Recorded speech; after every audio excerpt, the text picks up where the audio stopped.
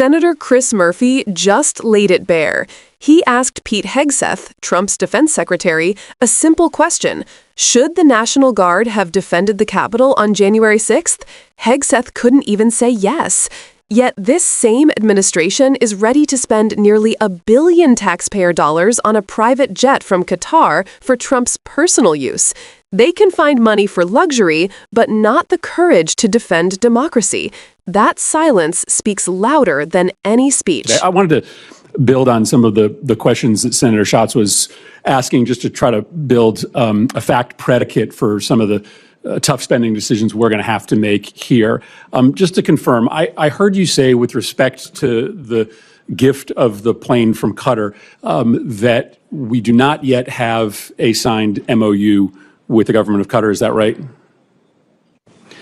Correct. We're in the process of working through that. And did you also say we don't have a signed contract with the company that is going to do the work? Or did you say that we have a contract, you're just not willing to disclose the terms? The terms should not be disclosed of anything related to an aircraft of this type.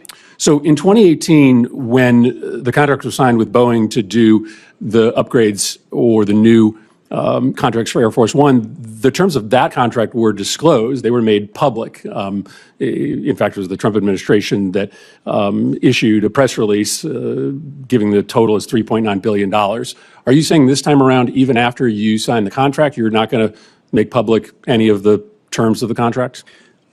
I wasn't involved in that previous administration decision, but we're happy to take a look.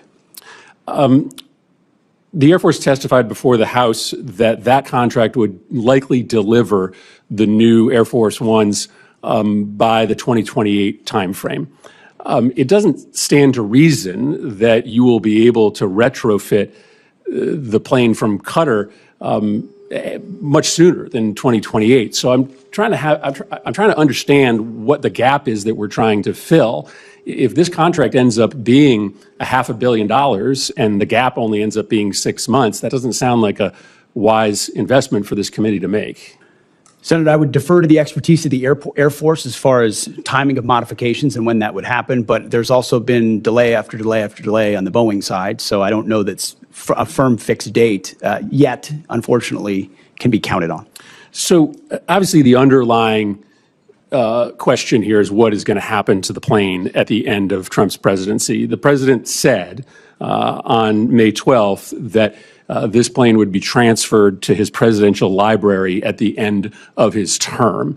Is that your understanding of what is going to happen to this plane? The president said that. That's my understanding, although I would look at what comes out in the MOU. But why would we ask the American taxpayer to spend upwards of $1 billion on a plane that would then only be used for a handful of months and then transferred directly to the president? That doesn't sound like a wise use of taxpayer dollars. A lot of the capabilities, as you know, Senator, of that particular platform are and should remain classified. So there are reasons why you might modify, even for a short period of time, an aircraft to ensure the safety and security of the President of the United States. But when do you believe that those upgrades would be made? How long would the president have it before it got transferred to his personal possession? That would be a determination of the Air Force that would take hold of it and make those modifications within whatever time window they believe gets it to the place where it need to be.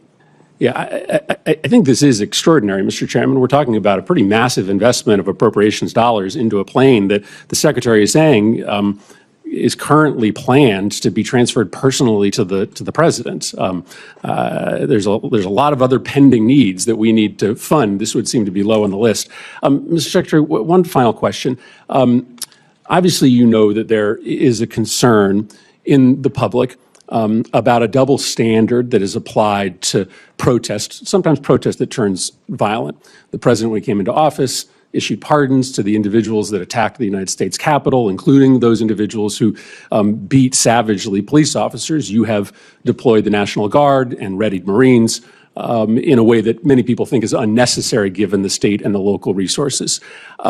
So maybe let me ask the question this way so that you can assuage people's concerns that there is a double standard. The National Guard was deployed here on January 6th, and that was a decision made by the Department of Defense. Do you support that decision? Do you believe that that was the right decision to deploy the National Guard to defend the Capitol on January 6th? All I know is it's the right decision to be deploying the National Guard in Los Angeles to defend ICE agents who deserve to be defended in the execution of their jobs. But I think it's important to know whether you think it was also important to have the National Guard defending the United States Capitol when there were violent protesters here on the president's behalf, to make sure that folks know that you care about protest, whether it's against the president or on behalf of the president. Senator, I was in the Washington, D.C. National Guard when that happened and was initially ordered to go guard the inauguration of Joe Biden. But because of the politicization of the Biden administration, my orders were revoked. And ultimately, because of the politics that were being played inside the Defense Department by the previous administration. But do you support the decision made on January 6th to send the National Guard here to defend the Capitol? I support the decision that President Trump made and requesting the National Guard that was denied. So you do not. President Trump you do not support the decision.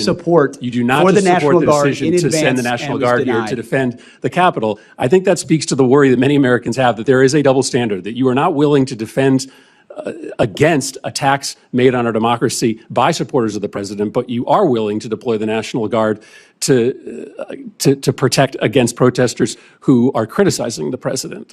That's not how our taxpayer dollars are supposed to work. They're supposed to be used to defend the United States, no matter the nature of the political affiliation of the protesters. Thank you, Mr. Chairman.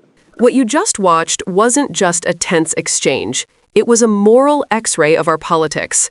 Senator Chris Murphy, calm and precise, was trying to establish something simple, that the people who claim to defend America actually believe in defending all of it, not just the parts that cheer for them. He asked Pete Hegseth, Trump's defense secretary, whether he supported deploying the National Guard to defend the Capitol on January 6th. The answer should have been instant. It should have been obvious. Because that day, our Capitol was under attack, not by foreign enemies, but by Americans who had been misled into believing democracy itself had betrayed them. And yet, instead of saying, yes, of course the Guard should have been there, Hegseth dodged. He redirected. He tried to make it about Los Angeles, ICE, and the supposed need to protect agents. But he could not bring himself to say that defending the Capitol, the literal seat of American democracy, was the right thing to do. That hesitation, that equivocation, tells a bigger story. It's about what happens when patriotism becomes partisan, when the oath to the Constitution is replaced with loyalty to one man. Murphy wasn't asking a gotcha question. He was offering Hegseth an easy opportunity to show that national security still means defending the country, not defending a political tribe. But Hegseth's refusal exposed something chilling. In Trump's orbit, even the idea of defending the Capitol on January 6th is treated like an act of betrayal. Think about that. The National Guard, the same guard that shows up for hurricanes, wildfires, and emergencies, wasn't immediately deployed on January 6th, even as officers were being beaten, even as lawmakers were being evacuated. And now, years later, the man overseeing defense policy still won't say it was right to protect the Capitol. That's not a difference in opinion. That's a refusal to acknowledge an attack on democracy. Murphy's line of questioning was also about something broader, the selective use of force. He pointed out how quickly the same officials will mobilize troops to defend immigration raids or suppress protests against the government, yet hesitate when it comes to protecting the government itself from its own supporters. That's not law and order. That's political order, a system that protects power, not people. And this double standard has become the defining feature of Trumpism in governance. When protesters demand racial justice, they're labeled anarchists and met with riot shields. When Trump supporters storm the Capitol, they're called patriots, and their attackers are pardoned. The rule of law becomes conditional, applied not by what you do, but by who you support. Murphy's closing point drove that home. Taxpayer dollars are supposed to defend the United States, not the President of the United States. Yet Hegseth's answers made clear that, under Trump's leadership, even defense policy is politicized. Even the National Guard is being treated as a campaign tool, not a constitutional safeguard. This is why hearings like this matter. They peel back the talking points and reveal where officials truly stand when democracy itself is the test. Murphy wasn't just talking to Hegseth. He was talking to every American watching. He was asking us whether we still believe the same things we teach children about America, that the rule of law applies to everyone, that defending democracy isn't partisan, and that silence in the face of an attack is complicity. Because here's the truth. Democracies don't collapse overnight. They erode, slowly, through 1,000 excuses and evasions. Through moments when those in power choose comfort over courage, loyalty over law. And what Hegseth's testimony showed us is that for some in Trump's circle, even after everything we've seen, they still can't say the simplest thing out loud, that it was right to defend our capital from a violent mob. If they can't say that, how can they ever be trusted to defend the country again? So yes, this hearing was about spending, contracts, and planes. But underneath all that bureaucratic noise, Murphy's final question exposed the core issue of our time: whether America is still capable of defending itself, not from foreign threats, but from the corruption of its own conscience. If we ever forget that distinction, we lose not just a political fight, we lose the republic.